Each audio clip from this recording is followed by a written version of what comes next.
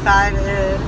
I Winnebago and not sure. I'm just gonna close this while I do the video because it's so loud, but I love it.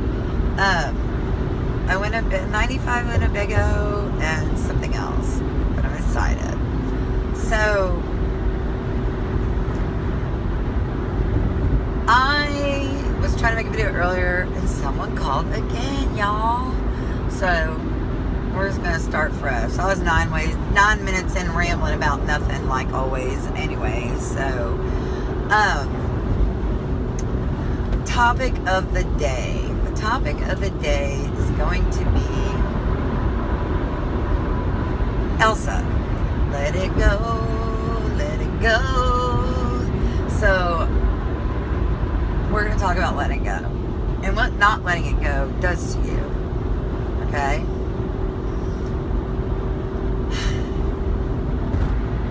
I'm going to start sharing more personal stuff on my YouTube because I honestly feel like it can help others who might be going through the same thing.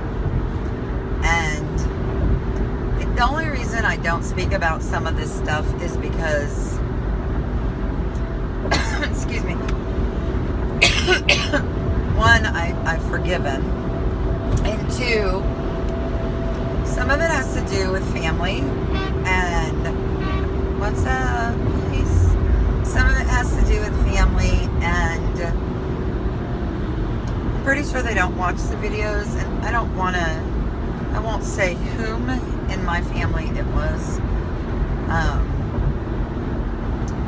but I just want to share some of this stuff because I know there's got to be people out there that are maybe have experienced it and don't know how to let it go, let it go. So we're going to talk about it. When I was a young girl, for quite a few years, I was 9, 10, and 11, and a few times before that, but steadily on a daily basis, nightly basis, I was sexually molested. So, actually in 12, 9, 10, 11, 12, whatever, who gives a shit? I've always been able to tell people that. It doesn't really bother me. I didn't hold on to the anger. I did hold on to the victim mentality. Oh, woe is me. Actually, I really didn't even do that. I only did that when I was drunk. I really didn't have a pity party for myself.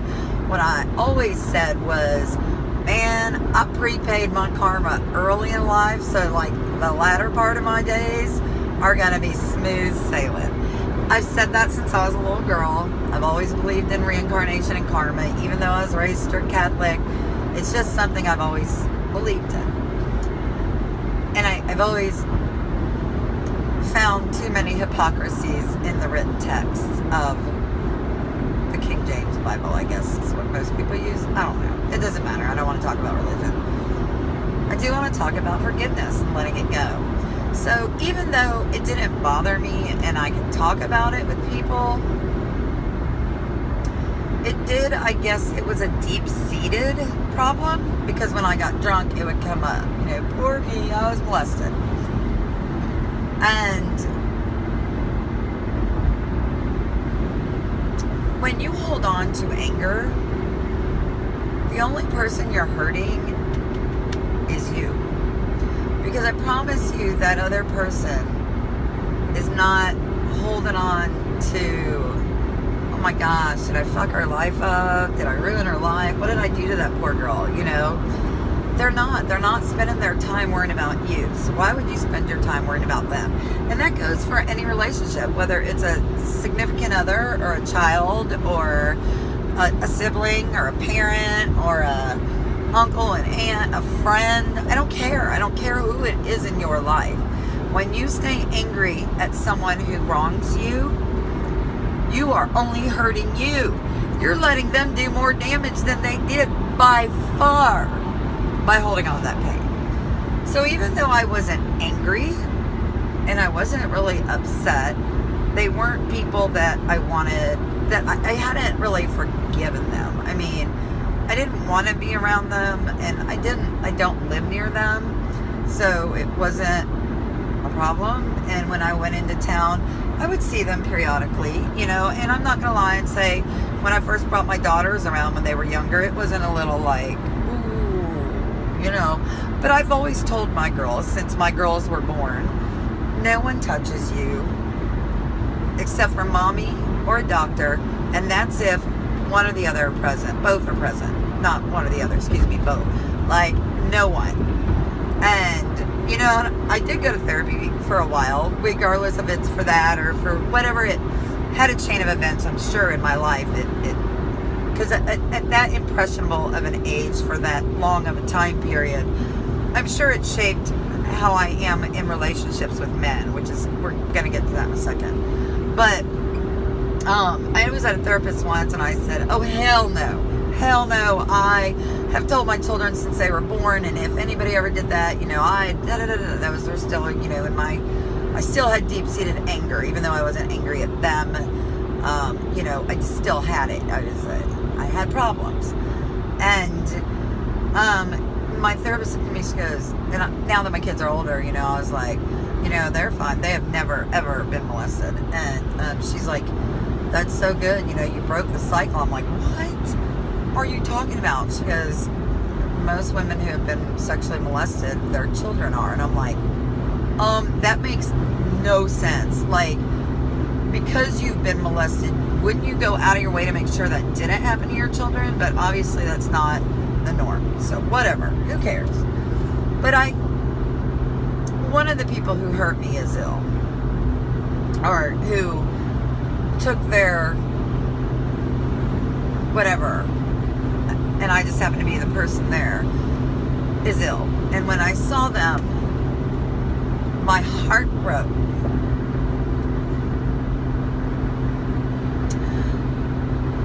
Because that is not what I wanted. And it was at that moment in time that my heart flooded with forgiveness. And it was the most incredible feeling to be able to forgive. And the only reason I'm tearing up is because that person is still ill. And that is not what I want at all. And I don't like seeing them like that. They're older. They're in their 70s. So they're not spring chickens. And I understand people get sick sometimes when people get sick whether their newborns are older, right? But it really jarred me into excelled forgiveness. And so a year ago this month, matter of fact, I believe at this exact time, I was fortunate enough to go to a 4-day, 3-night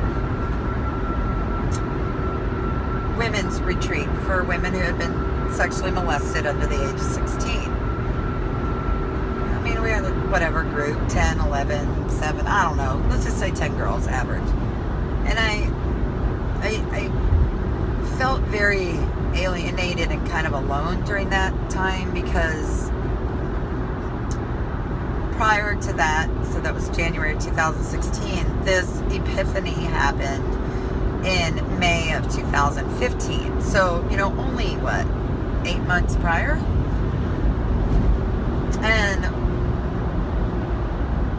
this was a beautiful retreat in Utah in a cabin up in the woods, and I mean, it was just fantastic. It had heated floors. We had this gourmet chef that everything was just phenomenal. It was amazing. And we did, therapy and like art therapy, and we even did a drum circle, which is kind of cool.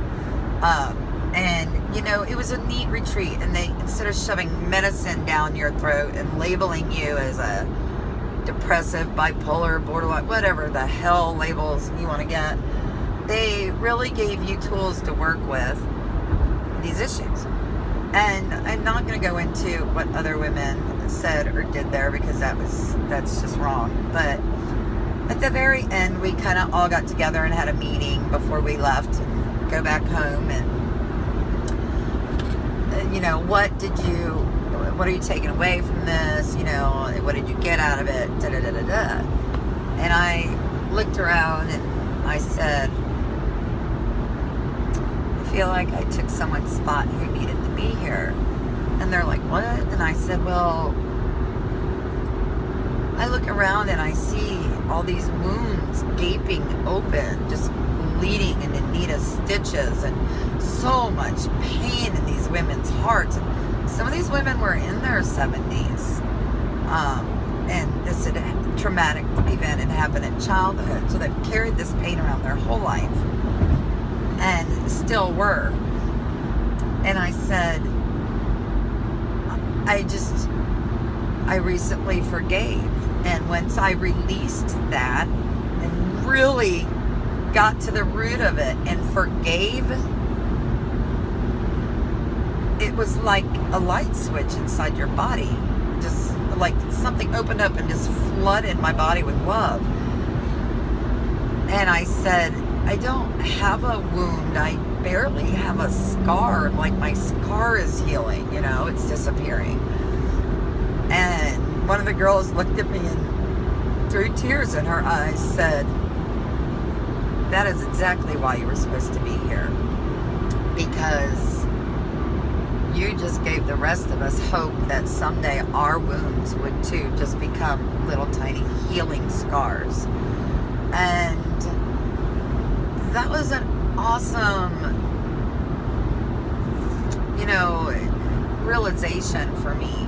And I understood, maybe I didn't understood the year before when I did forgive, but I understood at an intensely deep level the importance of forgiveness at that point in my life. So, you know, my awakening, my ascension journey has been ongoing and fantastic. And the more I come to these realizations, just the lighter and higher I feel.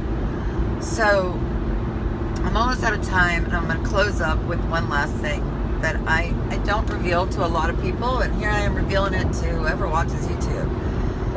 And I think because of that happening to me when I was younger, I've always been guarded during sexual relations with men.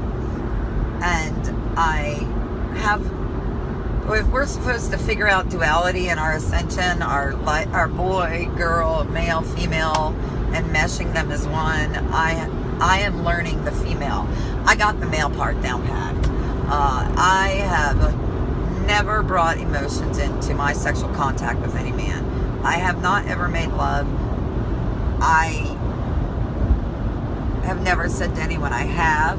I'm not saying I'm not in love with people or I've never been in love, because I most certainly have. I have just always viewed sex as a physical, I'm there for one reason, and not an emotional. No hugging, no kissing, like let's, and I'm not saying, ma'am, thank you, ma'am, get off me. Well, those are my 3 favorite words, or used to be after sex, get off me. But that's because I went into it with a very guarded wall up because of what happened to me as a child. So, you know, just coming on to all these realizations, it's just like, wow. So I, at 50, have never made love. And I am so glad I can say that, because when it finally comes time that I might introduce that into my life again, I want to do it from a female aspect, not the male aspect. I don't even know what it's like to hug and kiss while I'm experiencing that. Because of me. Because I've just never wanted to. And I am now learning to let the goddess in me blossom. Because the God in me, he's got that down packed. So I am learning to marry my male and my female. And with that, I leave you with love. Peace and love and light. And I will catch you all on the flip side. Bye.